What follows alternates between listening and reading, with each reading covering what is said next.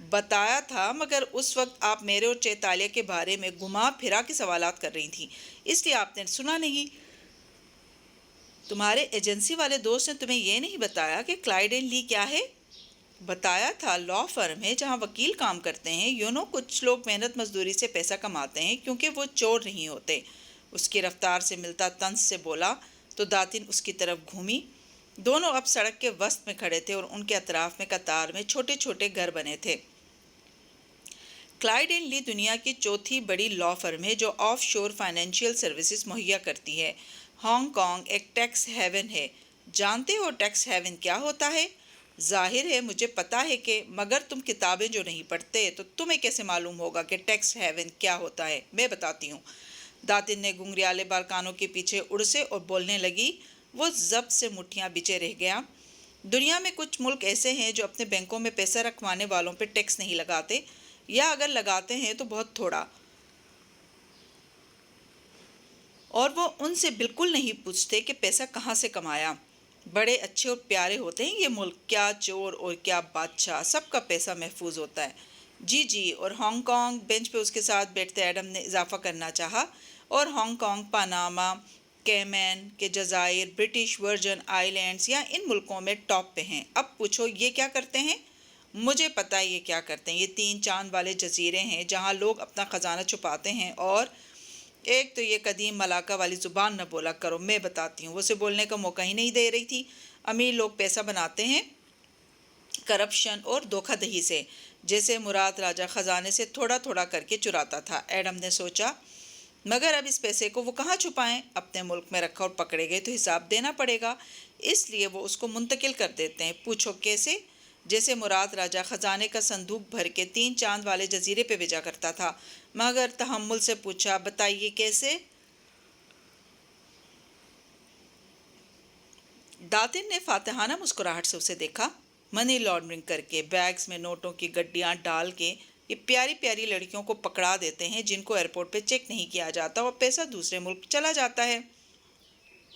بھائی بینک کے ذریعے بھیجا تو ٹیکس لگے گا نا، اور حساب الگ کہ کہاں سے آیا پیسہ۔ جی آگے، وہ ضبط سے بولا۔ وہ دونوں اب سڑک کنارے ایک بینچ پہ بیٹھ گئے۔ دھوپ تیز ہو گئی، مگر داتن کی باتیں سننا ایڈم کی مجبوری تھی۔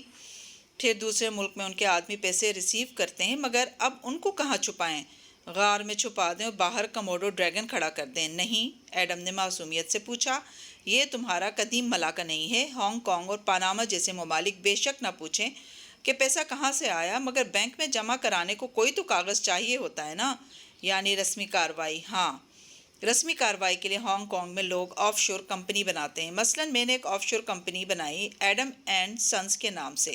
اب یہ ایڈم کے سنس کہاں سے آ گئے؟ وہ واقعی برا مان گیا۔ سمجھو میں ہانگ کانگ میں ہوں اور ایک لڑکی بیگ بھر کے میرا ناجائز پیسہ لاتی ہے۔ میں اس کے پاس جاؤں گی اور اس کو یہ دوں گی، یہ چاکلیٹ کا پیکٹ۔ اس نے پرس سے چاکلیٹ نکال کے دکھائی۔ چونکہ ایڈم اینڈ سنس ایک کھوکھلی کمپنی ہے آف شور، تو اس کے پاس کوئی آفس یا کارخانہ تو ہے نہیں، تو میں بازار سے ایک چاکلیٹ لے جاؤں گی اور کاغذ پہ معاہدہ تحریر کروں گی کہ اس لڑکی کو ایڈم اینڈ سنس نے یہ چاکلیٹ $10 لاکھ میں بیچ دیا، اور پیسوں کا بیگ لے لوں گی۔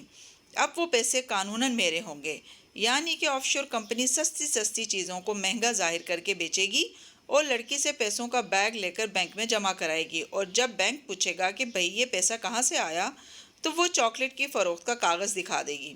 بینک والے بھی اندر سے 2 نمبر ہیں، تو وہ اس کاغذ کو تسلیم کر لیں گے، ہے نا؟ میرے ساتھ رہ کے تم عقل مند ہوتے جا رہے ہو، داتن تفاخر سے مسکرائی۔ لیکن آف شور کمپنی بنانا، بینک والوں سے ڈیل کرنا، ان سب کے لیے کوئی وکیل ہونا چاہیے۔ تو کلائیڈ اینڈ لی ایسی ہی فرم ہے جو دنیا بھر کے امیر لوگوں کو مکمل رازداری سے اپنا کلائنٹ بناتی ہے اور ان کے پیسے کو محفوظ کرواتی ہے۔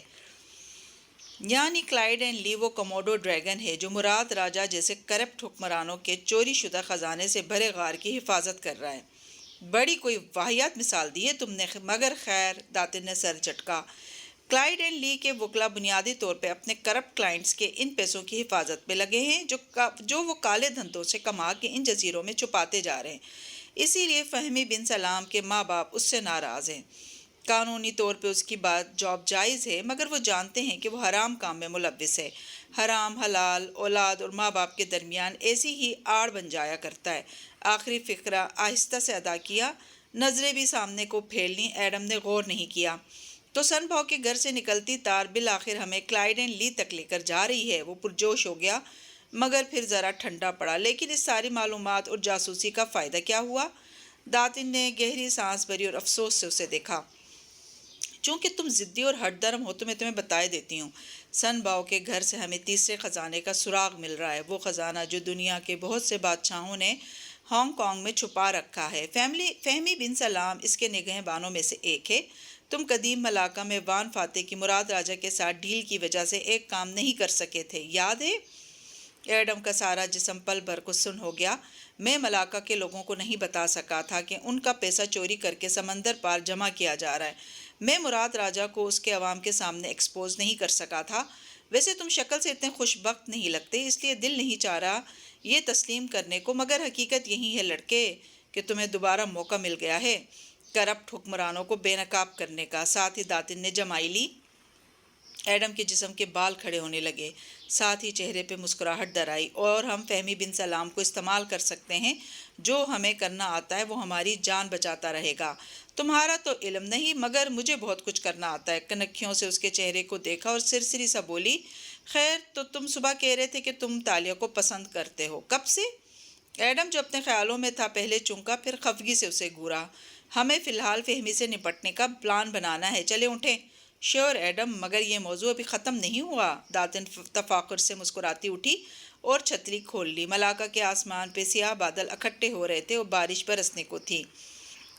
ہوٹل کی اس روشنیوں سے منور ہال میں سٹیج بنا تھا، جس پہ رکھے ڈائز کے پیچھے ایمان موسیٰ کھڑی تھی۔ سامنے قطار در قطار کرسیوں پہ رپورٹرز بیٹھے تھے اور ان کے پیچھے کیمرہ مین اپنے کیمروں کے سٹینڈز کھڑے کیے اس پریس کانفرنس کی عکس بندی کر رہے تھے۔ فلیش چمک رہے تھے اور دھڑا دھڑ تصاویر اتاری جا رہی تھیں۔ ایمان چہرے کے گرد سکارف لپیٹے، لمبی سکرٹ پہ سیاہ کوٹ پہنے، اسپاٹ تاثرات اور خوبصورت موٹی آنکھوں والی نوجوان لڑکی تھی، جو اسپاٹ انداز میں مائک میں کہہ رہی تھی، ادیب بن سعود نے مجھے متعدد مقامات پہ ہراس کیا۔ وہ ایک بدکردار انسان ہے جن کی اصلیت میں ان کے ووٹرز کو بتانا چاہتی ہوں۔ بے تحاشا کیمروں کو دیکھتی اس کی آواز کبھی کبھی لڑکھڑا جاتی، لیکن پھر سے سنبھل جاتی۔ اپنے آفس میں بیٹھی صوفیہ رحمان نے ناپسندیدگی سے ٹی وی اسکرین پہ دکھائی دیتی ایمان کو دیکھا۔ تم لوگ اس کو ریہرسل تو کروا دیتے، یہ تو خود کنفیوز لگ رہی ہے۔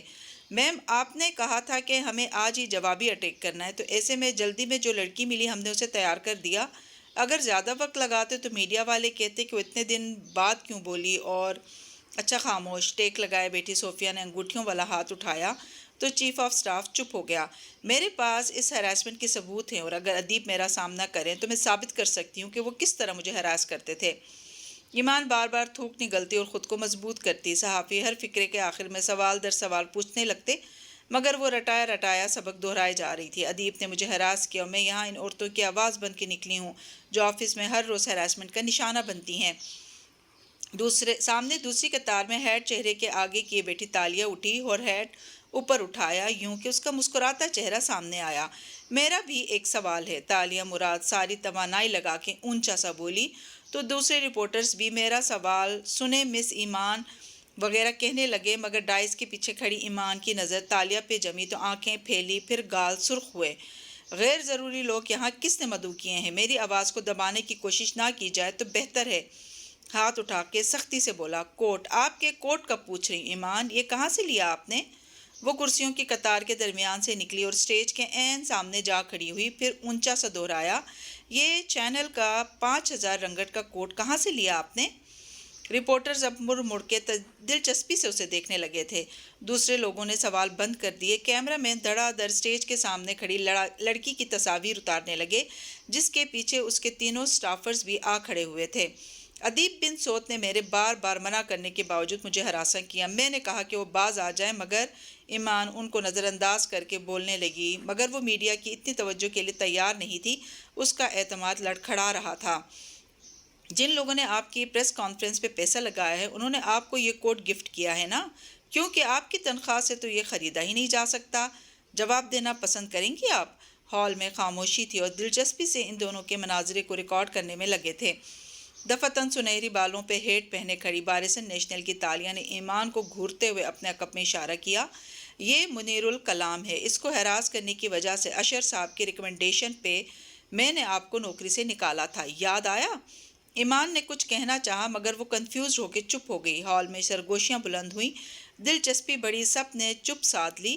تالیہ کا چہرہ فلیش لائٹس میں دمک رہا تھا اور ابرو بچے وہ زور سے کہہ رہی تھی، آپ تو کبھی میرے پاس ادیب صاحب کی شکایت لے کر نہیں آئیں۔ البتہ میں نے آپ کو 3 دفعہ وارننگ دی اور پھر جب آپ مسلسل منیر سے غیر اخلاقی رویہ اپنائے رہیں تو میں نے آپ کو ٹرمینیٹ کیا۔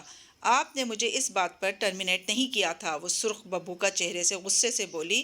یہ آپ کے ٹرمینیشن لیٹر کی کاپی ہے۔ اس نے کاغذ کھول کے لہرایا۔ اس میں وجہ ہراسمنٹ لکھی ہے، سب دیکھ سکتے ہیں۔